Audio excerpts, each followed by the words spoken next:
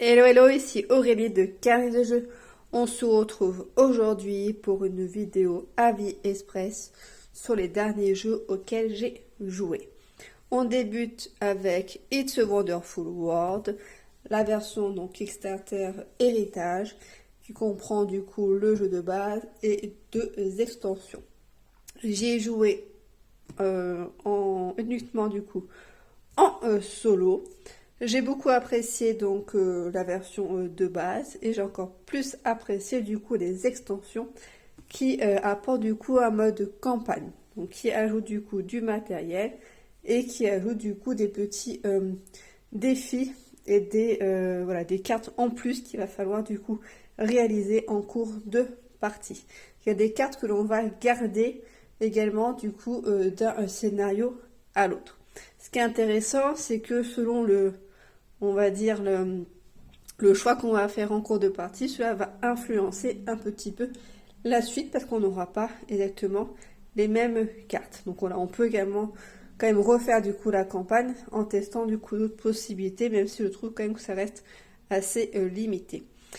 Donc j'ai fait donc une des deux donc extensions, donc il me reste la deuxième donc à faire. Voilà, donc j'ai trouvé ça plutôt très intéressant. C'est un jeu que j'aime bien, qui est très facile du coup à sortir.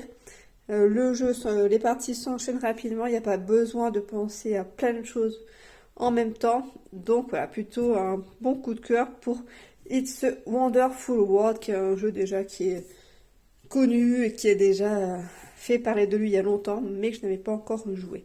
Donc c'est un jeu donc édité par Ogre Games et la boîte de jeu pour des parties d'environ 45 minutes pour un du coup jusqu'à 5 joueurs. Voilà. Donc je crois qu'il y a encore d'autres extensions donc, qui existent.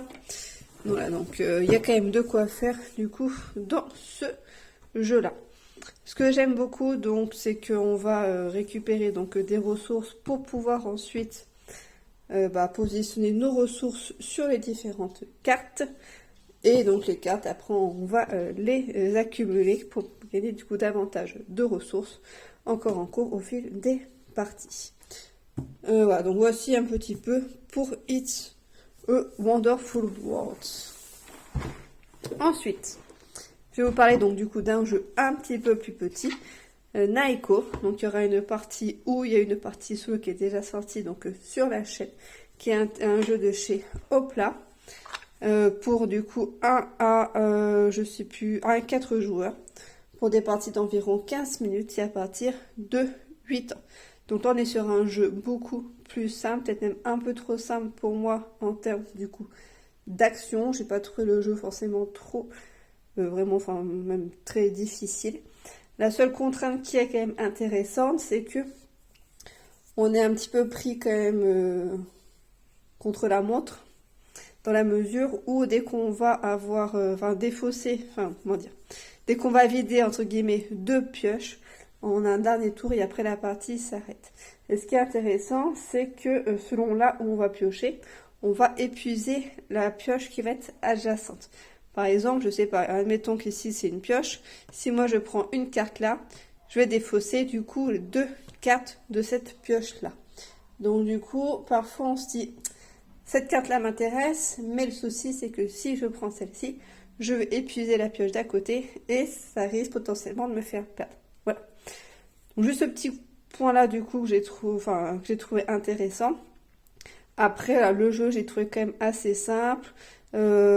Après, il y a pas mal de vertus par rapport aux jeux de chez Hopla. C'est des jeux qui sont faits, du coup, fabriqués en France et qui sont souvent rattachés à une thématique, un engagement qui est important. Donc là, c'est par rapport du coup aux océans et puis du coup aux espèces marines. Je vais vous montrer un petit peu du coup le contenu et puis après, n'hésitez pas à vous renseigner davantage dessus et puis à voir la partie en solo qui est ou qui va du coup arriver sur la chaîne. Donc juste du coup, dans Naiko, on va positionner du coup le plateau principal entre guillemets devant nous qui va ressembler à ça. Notre objectif à nous, c'est de être de valider un par un les objectifs ci-dessus pour pouvoir avancer notre pion et à gagner davantage de points de victoire à la fin de la partie. Et devant nous, on va avoir un système un petit peu comme ça, qui va représenter en fait la profondeur marine. Donc au-dessus, ça va être plutôt en surface. Et puis on va descendre, plus ça sera des animaux marins qui vivent du coup loin, loin, loin dans l'océan. Ce qui est intéressant, c'est que d'un point de vue du coup horizontal, on peut positionner les cartes que s'il y a -1 ou +1 de différence. Voilà, donc il y a une petite notion de pause. Et moi, c'est vrai que j'aime bien quand il y a des petites, on va dire, des petits critères du coup de pause. Donc ça, je trouve ça intéressant. Et comme je vous ai dit, pour moi, c'était quand même un petit peu simple comme jeu. Voilà. Donc je vais expliquer très rapidement donc le mode de terrain du coup le jeu. Et juste du coup pour scorer à la fin de la partie, on va chacun avoir un petit peu une petite carte d'objectif et selon du coup les espèces que l'on va avoir, s'ils sont connus, peu connus ou etc. Je sais plus exactement ce que c'est. On va comptabiliser, savoir si c'est nous ou pas qui avons cumulé le plus d'icônes pour du coup les espèces. Si c'est nous qui sommes majoritaires, du coup on gagne du coup les 3, les 1, les 2 ou les 4 étoiles selon du coup l'espèce concernée. Donc voilà, voilà, ce qui est intéressant, mais les objectifs aussi qui sont là. Voilà. J'en dis pas plus, n'hésitez pas du coup à aller voir du coup une vidéo d'explication des jeux, des règles, ou une vidéo d'une partie. Autre jeu, je vais vous parler du coup de Terraforming Mars, le jeu 2D. Donc c'est un jeu que j'attendais, qui me faisait de l'œil depuis longtemps. Plusieurs d'entre vous m'en ont parlé dans les commentaires, m'ont dit allez, essaye. J'ai essayé, alors peut-être que c'était pas le bon moment, je ne sais pas. J'ai fait 2 parties et j'ai eu beaucoup de mal en fait à me mettre dedans, je sais pas. Comme c'est tout à l'heure à It's Wonderful World, ce que j'aime bien, c'est qu'il n'y a pas besoin de penser à plein de trucs en même temps. Là, pour le coup, je trouve qu'il faut penser à plein de choses en même temps. Il faut penser à bouger le petit cube de l'IA. Il faut penser à se dire, je pose un océan, du coup, je récupère 2 points de vie, 2 points de victoire. Si je pose, du coup, si j'augmente la température ou l'oxygène, pareil. Du coup, ouais, plein de choses comme ça à penser. L'action principale, l'action, je sais plus comment ça s'appelle, l'action secondaire. Bon, voilà, pour moi, c'était un petit peu trop prise de tête. Ce qui fait que je n'ai pas trop accroché au jeu. Je préfère la version, j'avais joué il y a longtemps, au jeu de base, Terraforming Mars classique. Et je sais pas, j'avais davantage accroché. Après, je sais pas si j'y rejoue maintenant, si j'accrocherai de nouveau. Parce que finalement, en réfléchissant, c'est un petit peu la même chose. Par contre, en termes de matériel, la notice, elle est vraiment de bonne qualité, elle est un petit peu plastifiée. On a une aide de jeu qui est quand même pas mal intéressante, avec du coup une explication purement pour le solo. Un rappel donc des différentes phases, donc action de soutien, action principale, qui reprend bien donc les différentes choses qu'on peut faire, heureusement, parce que sinon, il y aurait quand même beaucoup de choses à avoir en tête. Les cartes sont sympas, elles ont un format un petit peu plus petit, donc ça change, c'est original. Après, il y a des dés, donc ça par contre, moi j'aime bien quand il y a des dés. Ça permet donc de gérer les ressources, des fois on les lance, quand on les récupère du coup on les lance. Après par contre on ne change pas leur position parce que ça va correspondre à une ressource qu'on va devoir dépenser. Les petits jetons là aussi, c'est sympa, ça fait des jetons bonus. Dans les cartes, du coup, il y a des cartes corporation, voilà. Et des cartes aussi bonus qu'on va débloquer petit à petit. Ça, je trouve ça un peu particulier, un peu bizarre, mais bon, pourquoi pas. On ne sait pas trop pourquoi il y a ça qui est là. Peut-être pour équilibrer, je ne sais pas, mais bon, bref. Je trouve ça un peu bizarre qu'on récupère une carte comme ça gratuitement quand on avance dans le jeu. Voilà, donc en tout cas, je suis contente d'y avoir joué, mais bon, j'ai pas non plus eu, on va dire, un gros coup de cœur. Et donc il ne restera pas dans ma de tête, donc désolé, Terraforming Mars, jeu de dés. J'ai pas été trop convaincue, puis bon, de toute façon, il n'y a pas de campagne, donc je me serais vite, du coup, lassée. Ensuite, on va passer à Ancient Knowledge. Donc j'avais fait une vidéo règles rapides donc sur le jeu, enfin sur l'extension du jeu. J'ai fait aussi une vidéo de partie en solo sur l'extension du coup, enfin sur le jeu avec l'extension héritage. J'ai fait donc plusieurs parties en mode donc héritage, que pour rappel ou pour information pour ceux qui ne connaissent pas et qui n'ont pas vu du coup des vidéos dessus. L'extension donc rapporte donc le mode solo, parce que là c'est marqué 2 à 4 joueurs. Et l'extension comporte 2 modes de jeu, soit un mode de jeu défi, soit un mode de jeu plutôt donc héritage, plutôt on va dire campagne. Voilà, donc le mode défi en fait, donc on va avoir des cartes, je vais vous montrer. On a des cartes trésors qui sont rajoutées par rapport au jeu de base. Et ces cartes trésors là, elles ont des lettres dessus, elles sont là, hop, tac tac tac, elles sont là, voilà. Donc elles sont comme ça avec des lettres dessus. Et par exemple ça va nous dire bah, la F et la J, je les pose du coup en jeu à la place de mes zones artefacts. Et ça va être des conditions de victoire à la fin de la partie. Donc il faut que je puisse du coup y répondre. Une fois, voilà, donc il y a ça. Et là dans la mise en place aussi, parfois, on peut nous dire, eh ben, je sais pas, moi, le I et le A, ils vont être positionnés du coup sous le plateau de jeu. Et ça va être des actions, du coup, bonus, donc immédiates, hein, qu'on va pouvoir du coup réaliser en défaussant du coup la carte. Par exemple, je défausse cette carte-là et je peux appliquer tous les effets, je ne sais plus quel est le nom de cette capacité, donc tous les effets de ça, des monuments dans votre frise et de vos artefacts. Donc je fais l'action et après du coup je défausse la carte. Ça c'est le mode défi. Le mode artefact qui est le mode de jeu auquel j'ai joué. En fait donc on mélange tous les trésors là. On en prend 5, je crois, oui on prend 5. Et on choisit du coup sur les 5 combien est-ce qu'on en garde. En sachant que quand on prend une carte trésor, on va positionner sur une carte dans zone artefact. Ce qui fait que si on en prend 5, et ben on n'aura pas de zone pour poser des artefacts. Ce qui est quand même du coup très intéressant durant la partie. Voilà, donc grosso modo c'est comme ça, je ne rentre pas après dans le détail. Donc on en prend donc entre 1 à 5. En cours de partie, on pourra en enlever si on veut pour laisser un petit peu de place. Et à la fin de la partie, donc on regarde les solétifs que l'on a réalisés. Ce qu'on a réalisé pour la partie suivante, on pourra du coup les garder pour activer cet effet-là. Et ce qu'on n'a pas réussi, on va les remettre dedans. Et on va du coup en repiocher 5 du coup pour la prochaine partie. Donc on enchaîne comme ça du coup les parties. Donc on peut en faire plusieurs. Et ce qui est aussi intéressant, c'est que selon le bonus, enfin selon les points pardon, que l'on va faire en fin de partie, on va avoir du coup un malus. Donc si on fait beaucoup de points, il se passe rien, tout est bon. Par contre, à chaque fois quand ils estiment qu'on n'a pas fait assez de points, du coup on se prend un malus. Moi je me suis très souvent pris un malus. Souvent ça va être que la carte qui gère du coup le temps va être davantage avancée, ou qu'on a également moins de cartes du coup au début de la partie.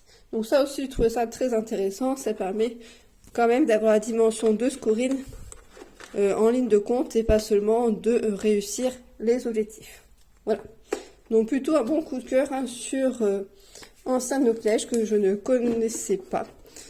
Voilà, et je suis contente du coup d'avoir testé avec cette extension là. J'ai oublié de ranger des cartes. Hop là. Ensuite, je vais vous parler d'autres jeux qui changent beaucoup de ce que j'ai présenté précédemment. Donc, la gamme logique, donc c'est marqué à partir de 7 ans, mais on peut jouer après, parce que c'est de plus en plus difficile, un peu plus en plus prise de tête, même si ça reste quand même accessible. On n'est pas non plus sur un Exit ou autre en termes de difficulté. Donc on est sur des jeux de logique, des jeux qui sont beaux avec du matériel qui est sympathique. Ça prend pas de place, il faut résoudre du coup les problèmes. Et puis on enchaîne comme ça du coup les cartes et les parties. Donc il y a différentes, je crois qu'il y en a 4 je crois de cette gamme-là. Donc j'en ai 3 en tout, je vais vous en montrer un petit peu 2 pour voir un petit peu en quoi ça consiste. Et franchement je trouve ça bien sympa. Donc par exemple pour les birds, hop, on prend une carte comme ça. Défi, donc là par exemple je suis au niveau 32, je sais plus combien il y en a, 60 je crois. Oui, il y en a 60, au niveau 32. J'ai ces petits oiseaux là au début de la partie. Et donc j'ai des petites informations qui m'indiquent que tel oiseau doit être à côté de celui-là, ou ne doit pas être à côté de celui-là, qui doit être à cet emplacement-là, qui doit être du coup le plus éloigné d'un côté ou de l'autre de l'espace. Donc les oiseaux sont ici, hein, et puis après on les positionne sur notre petite boîte comme ça. Voilà. Et une fois qu'on a, qu'on pense avoir trouvé la solution, on retourne et ici on a la solution qui est proposée. Donc c'est plutôt sympa, le matériel est plutôt sympathique, hein, avec nos petits oiseaux qu'on positionne sur le petit fil. Voilà. Donc je trouve ça bien, c'est bien pensé, on a tout dans la boîte, on peut y jouer facilement. L'autre, pour la jungle, c'est pareil, on a le même système de défi logique qui est proposé, et on a donc du coup nos animaux, donc cette fois-ci à positionner non pas sur le tour de la boîte, mais du coup dans la boîte et dans les différentes zones selon les critères qui sont demandés. Là par exemple je suis au niveau 29, voilà. Donc ça me dit par exemple le singe n'est pas là-dedans, je suis dans cette zone là, eux du coup ils sont distants, eux ils sont là. Ah ouais. Différents du coup de propositions qui sont émises, et il faut trouver donc la bonne mise en place, et ensuite on regarde si tout est bon. Voilà. Donc ça sympa, regarde, vous avez les petits animaux qui sont là, qui sont tout mimi, tout plein, en carton, pardon, parce que je raconte, qui sont en carton, et je trouve que voilà, ça donne davantage de, on va dire, de réel, du coup, à la partie. Voilà. Donc, voilà pour la gamme, donc, logique, de chez qui? Banquise, c'est qui ça? L'éditeur. Enfin, c'est distribué, ouais, pas Black Rock Games, c'est du coup, c'est Banquise, du coup, édition. Voilà. J'ai retrouvé d'où ça venait. Ensuite, donc, je vais vous parler d'un autre jeu qui est une partie, du coup, une partie qui sera présente également sur la chaîne, qui est donc Coney. Donc, pour ceux qui connaissent, donc c'est un jeu de chez Happy Meeple Games, et il ressemble beaucoup à Hens, que j'ai présenté sur la chaîne il y a, je pense, 1 an à peu près. Donc Coney, c'est un jeu qui m'a été remis au Festival des Jeux à Vichy, comme c'était le cas également pour Hens l'année précédente. Donc Coney, on a cette fois-ci pas des poules mais des lapins, et il va falloir faire un tableau de 3 par 3 je crois. Dès que notre tableau du coup est fait, la partie du coup se termine. Par contre, ce qui est intéressant par rapport à Hens, c'est que Hens, on n'avait pas le choix, on fait notre tableau de 3 par 4 ou 4 par 3 à chaque tour, donc on posait une carte. Là, ce qui est intéressant, c'est que on va pouvoir vendre du coup les lapins. Donc, ce qui fait que si on en vend un, forcément, on libère une place. Donc, ça c'est surtout en multi. Enfin, non, je recommence. Donc, on peut vendre du coup de lapins pour libérer des places. Donc, ce qui fait que les parties vont être plus ou moins longues. Donc, ça, c'est le cas beaucoup en multi, parce qu'en solo, on est conditionné à 9 tours maximum. Du coup, on ne peut pas trop faire durer la partie. On est vite du coup bloqué par le contour. Après, pareil, en multi, on est forcément bloqué par les autres, mais on peut se dire, je vois que tout le monde vend, du coup, je peux vendre, et ça fait durer du coup la partie. Par rapport à Hens aussi, là, on a des ressources. Donc, on a du blé, des carottes. Je crois que ce sont des graminées. Voilà. Il y a des conditions de pause pour les autres lapins. Et des conditions de fin de partie ou des conditions d'agrandissement, qui est une action spécifique que l'on peut faire. Voilà. Donc on peut faire soit se réapprovisionner, soit jouer les cartes qui sont positionnées, ou du coup s'agrandir, qui est du coup une capacité spéciale sur certaines cartes. Donc pareil, j'en dis pas trop, il y a une vidéo qui sera présente ou qui a déjà été présente sur la chaîne. Et donc n'hésitez pas du coup à la regarder pour en savoir plus. Moi j'ai une préférence pour Hens. Que ça soit du coup en solo, un peu moins en prise de tête, hein. Je crois que j'aime pas trop les jeux où on se prend trop la tête, et surtout pour jouer en multi, c'est quand même plus simple, c'est un jeu que je peux plus facilement sortir quand les gens sont pas forcément connaisseurs de jeu, ça tourne bien. Là, celui-là sera quand même plus compliqué avec du coup les ressources à gérer.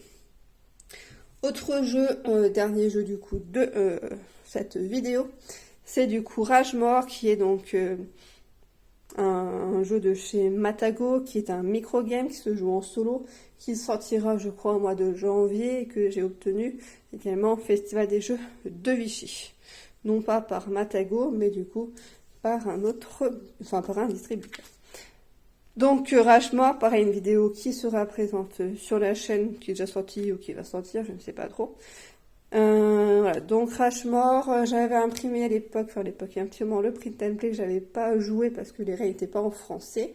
C'est un jeu que j'ai connu grâce à la chaîne de Wawa.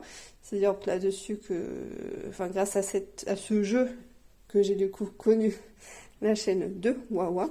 Voilà, donc bien sympa, Rushmore, pareil, hein, c'est un micro-game du coup 18 cartes. À chaque tour, on doit faire des décisions importantes pour pouvoir réussir la partie. Est-ce que je récupère des cartes? Est-ce que je prends des cartes pour comptabiliser des points de victoire? Est-ce que je récupère des cartes héros pour pouvoir du coup avancer et pas perdre la partie? Est-ce que je prends le risque de déclencher un effet ou pas? Voilà. Donc Rushmore, très intéressant. Une vidéo du coup plus précise sur le jeu sera présente ou était présente du coup. Bref, vous avez compris. Prochainement ou à présent sur la chaîne. Donc voici pour cette vidéo retour express, avis express sur du coup les derniers jeux auxquels j'ai joué. J'espère que ça vous a plu. N'hésitez pas à laisser un commentaire et à vous abonner si ce n'est pas fait. Merci bien.